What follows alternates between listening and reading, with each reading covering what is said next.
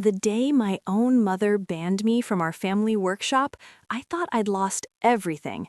But what she didn't know was this: locking me out unlocked the truth she had been hiding for years. Family betrayal hits harder than any enemy ever could. When my mother changed the locks and cut me off from the workshop I helped build, I was crushed, angry, and confused. But instead of breaking me, that moment pushed me to uncover a secret that would change our family forever and finally give me my power back. One morning, I arrived at the workshop like I had hundreds of times before, expecting nothing more than another long day of work. The sun had barely risen, the street was quiet, and I still had sawdust on my jacket from the night before. I reached into my pocket, pulled out my key, and slid it into the lock without a second thought. But when I turned it, nothing happened. I tried again, slower this time, then harder. The lock didn't budge. At first, I laughed it off, thinking maybe the key was worn out or the lock was jammed. This place had old doors and older problems. But then I noticed something was different. The lock itself was new, shiny, untouched, unfamiliar. That's when my stomach dropped. I stood there staring at the door, confused and embarrassed, like I was trespassing in a place that used to feel like home. I checked my phone, hoping there was some explanation I'd missed. That's when I saw the message. No greeting, no discussion, just a cold sentence telling me I was no longer welcome at the workshop and should stop coming immediately. No warning, no conversation, no respect. In that moment, it felt like the ground shifted beneath me. This wasn't just about a locked door. It was about being erased.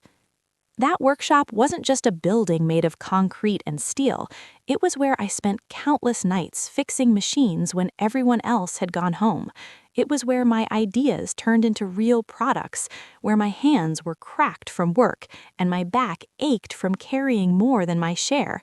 I skipped holidays, ignored weekends, and pushed through exhaustion because I believed I was building something for our family. I never asked for a paycheck or recognition. I told myself it was an investment in our future, in trust, in belonging. Standing outside that locked door, every unpaid hour replayed in my mind. Every time I stayed late so others could leave early. Every problem I solved quietly so no one would worry. And now, with one changed lock and one short message, it was all dismissed like it meant nothing. The silence hurt more than anger ever could. There was no chance to explain, no opportunity to defend myself, no acknowledgement of what I had given. People walking by probably thought I was just another worker who'd forgotten his key. They couldn't see what was really happening, that I was being pushed out of my own life's work. I felt small, disposable, and deeply betrayed. But beneath the shock and pain, something else started to form. A quiet realization. If they could lock me out this easily, then this was never about family. And if they were willing to erase me overnight, then there had to be a reason they didn't want me inside anymore. That locked door didn't just shut me out, it forced me to finally see the truth. I questioned myself constantly. Was I ungrateful? Was I wrong? Those questions played on repeat in my head, especially late at night when everything was quiet and there was no distraction from my own thoughts. When family turns on you, the pain cuts deeper than any betrayal from the outside world, because these are the people who are supposed to protect you, support you, and believe in you. Instead, I felt like I was standing alone, doubting every decision I'd ever made, wondering if I somehow deserved what was happening to me. I replayed every conversation with my mother, every disagreement, every moment where I might have spoken too strongly or pushed back instead of staying silent. I asked myself if I had crossed a line by having opinions, by wanting a say in something I had poured years of my life into. Guilt started creeping in, even though I knew how much effort, time, and sacrifice I had given. That's the dangerous part of family conflict. It has a way of making you forget your own worth and focus only on your mistakes, real or imagined. People often say, "She's your mother, she must know what's best." And hearing that made things even worse. It made me feel small, like my feelings didn't matter, like questioning her decisions was some kind of betrayal. I started wondering if I was being selfish for wanting fairness, or arrogant for believing I deserved respect. That inner battle was exhausting, and for a while I almost convinced myself to apologize just to keep the peace, even though I didn't fully understand what I was apologizing for. But deep down, something felt off.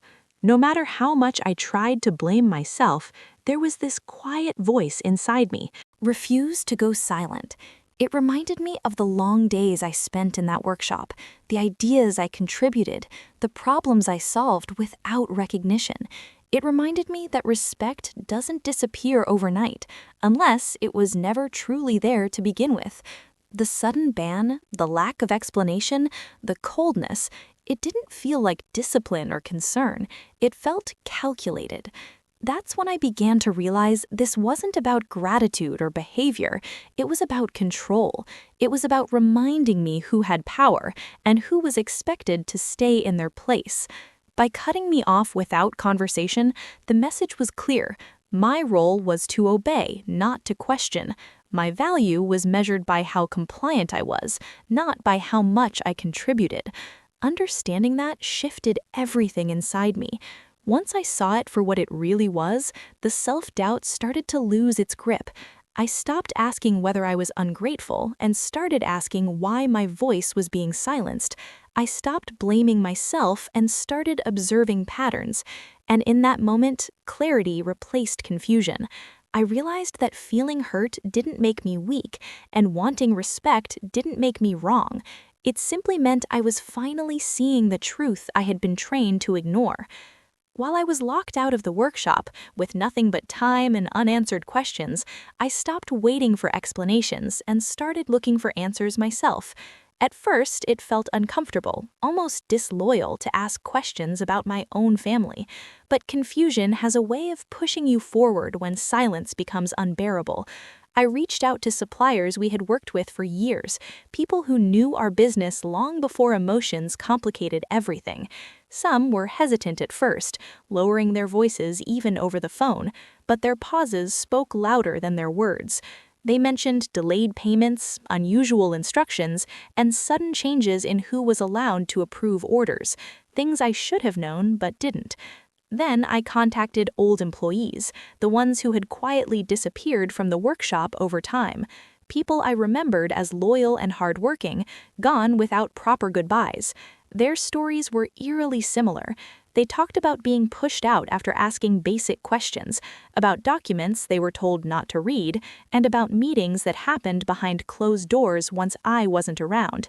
A few admitted they had wanted to warn me, but were afraid of losing their jobs or being labeled troublemakers. Hearing that hurt more than the lock on the door ever did. Even distant relatives started to fill in the gaps. The kind of family members who only show up at weddings or funerals suddenly had opinions they'd been holding back for years. They hinted at old disputes, power struggles, and money disagreements that had nothing to do with me, but everything to do with control. Some conversations ended abruptly, others trailed off into nervous laughter, but every single one added another crack to the picture I thought I understood. That's when the details started stacking up. Missing paperwork that should have been easy to access, contracts no one could clearly explain, accounts that didn't line up with the stories I had been told growing up. I remembered moments I once ignored, quiet conversations that stopped when I walked into the room, decisions made without my input, excuses that never quite made sense. Back then, I trusted blindly. Now I was finally seeing clearly. The realization didn't hit me all at once. It came slowly, painfully, like putting together a puzzle where the final image isn't what you hoped for. The workshop wasn't truly family-owned in the way I believed. It was controlled, managed through secrecy, protected by silence, and my involvement, my passion, my effort, had been useful only as long as I didn't ask too many questions. What hurt most wasn't the business side of it. It was understanding that the lock on the door wasn't about discipline or boundaries. It was about fear. fear that I would see the truth, fear that I would connect the dots. Being shut out forced me to grow up fast, to stop romanticizing loyalty and start respecting transparency. And in that painful space of discovery, I learned something powerful. When people go out of their way to keep you in the dark, it's usually because the truth shines brighter than they can control. The truth didn't come out all at once. It unraveled slowly, like a thread I couldn't ignore no matter how hard I tried. At first, it was just small inconsistencies, documents that didn't match what I remembered signing, suppliers who suddenly hesitated when I mentioned my name, and accounts that I was no longer authorized to access. Each detail alone meant nothing, but together they formed a picture that was impossible to deny. The workshop I believed was ours, the place I had poured years of effort into, wasn't legally what I thought it was anymore. As I dug deeper, the realization hit me hard. The workshop had been quietly transferred into someone else's name months earlier. Not sold openly, not discussed as a family decision. It was done behind closed doors, through paperwork I was never meant to see. The betrayal stung, but what hurt even more was understanding the timing. My mother didn't suddenly decide to lock me out because of an argument or a misunderstanding. She did it because she sensed I was getting close to the truth. Looking back, everything made sense. Her sudden defensiveness whenever I asked about finances, the way conversations stopped the moment I entered the room, the rushed decisions that excluded me entirely. Locking me out wasn't an emotional reaction, it was a calculated move. By cutting off my access to the workshop, she was buying time, hoping to keep me away from the evidence long enough for the transfer to become irreversible. What shocked me most was realizing how calmly it had all been planned. This wasn't chaos or panic, it was strategy. The locks were changed, my authority was revoked. Even my role in the business was quietly rewritten, as if I had never been essential at all. I wasn't being punished for doing something wrong, I was being removed because I knew too much. That understanding changed everything inside me. The anger I felt was no longer blind rage, it became clarity. I stopped questioning my worth and started trusting my instincts. I saw how fear makes people betray even their own family, and how power, once threatened, can turn love into manipulation. The lock on the door wasn't meant to keep me out forever, it was meant to keep the truth buried. But secrets don't stay buried when they're built on lies. The more I learned, the stronger I became. I realized that being locked out didn't make me powerless. It forced me to see the situation from the outside, where the truth was clearer. The workshop was never taken from me because I was weak. It was taken because I was strong enough to expose what was hidden. In that moment, I understood something important. Prevention only works when silence follows, and I refused to stay silent. The truth had already found its way out, and once it does, no lock, no lie, and no betrayal can put it back where it came from. I gathered proof, every scrap of evidence that could show the truth behind what my mother had done. I dug through old contracts, reading every line, highlighting dates and signatures that didn't match up with what I had been told. I saved emails and messages, some years old, that hinted at her plans but were carefully buried in casual wording.